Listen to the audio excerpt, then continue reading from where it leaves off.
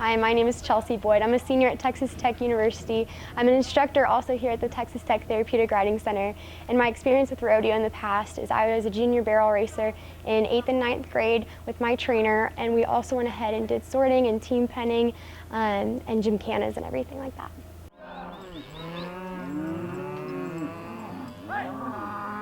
The sport of rodeo became a sport because cowboys go ahead and they actually started doing these activities on the ranch. And so like by wrangling up cattle and even goat tying and stuff like that, and even riding broncs, that's everyday life that cowboys did, and that's how they went ahead and gathered up their cattle. That's how they went ahead and gathered up their goats, like a sick goat. And then when they even had to train a new horse, they had to break a new horse. And so all these events within the rodeo is something that cowboys have to do in real life.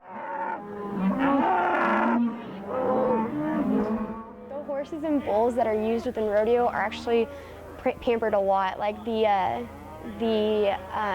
broncs and the bulls that are used for bronc and bull riding, they are actually very well handled. You can go ahead and put halters on them and lead them around, and they get fed so much. They go ahead and get blanketed at night. They get the best stalls, and with treatment by veterinary care, they actually get like the best veterinary treatment. Whenever they have like a sore, or even like they seem a little sore from a bronc night, then veterinary care is taken on them, and they even have chiropractic care just to make sure that they're in the best condition possible.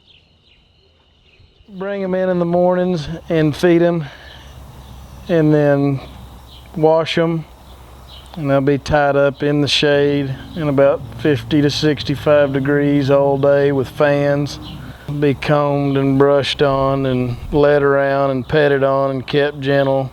Try and make friends with them more or less, because you've got little kids dealing with them. They get fed twice a day, once in the morning, once in the afternoon, have hay all day. Get their waters cleaned out every 2 weeks. Mainly just making sure that they're gentle.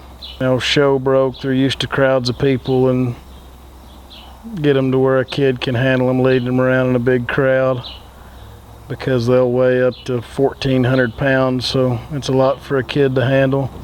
When you're doing it right, you probably 2 to 3 hours per calf per day. No days off. Pretty well for the first time they hit the ground to the time they get to the show, it's all around the clock. Holidays and everything. I would say they get a lot of special attention.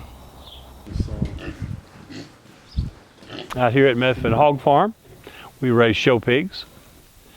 And in that process, we really take a lot of attention to detail in how we take care of our livestock out here. From vaccinations to the TLC we give them during birth, and making sure all the pigs are born safely, and so that our mortality rate is as low as possible. We have farrowing crates in the farrowing house that enable the sow to get up and down in the crate without stepping on and killing the babies when they're little.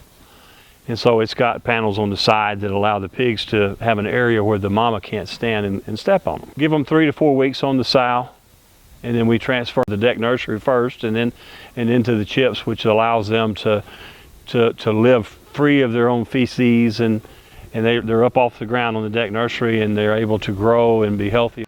We'll take them out occasionally and let them walk around in the ring, and then they go right back in the farrowing crate to take care of their babies.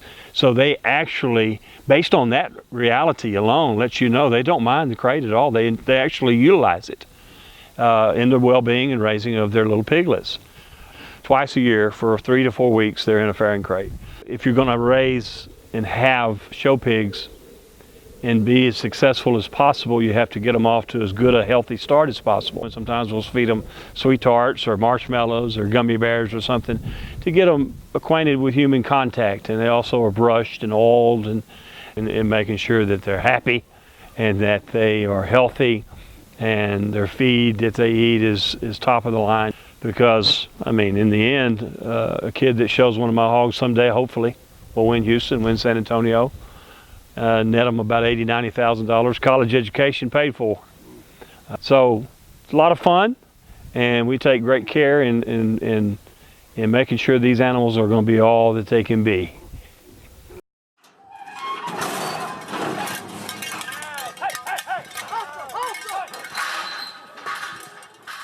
My name's Chase Robertson. I'm from Lubbock, Texas. I'm a bull rider.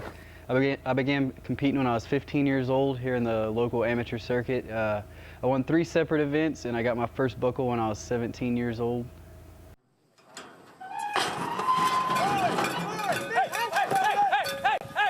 We love our animals. We take good care of our animals. I mean, that's how we make our livelihood. Not only the cowboys, but the contractors as well. If something happens to their stock, they're just missing out on money. And so we're going to put safety measures and procedures in to protect these animals.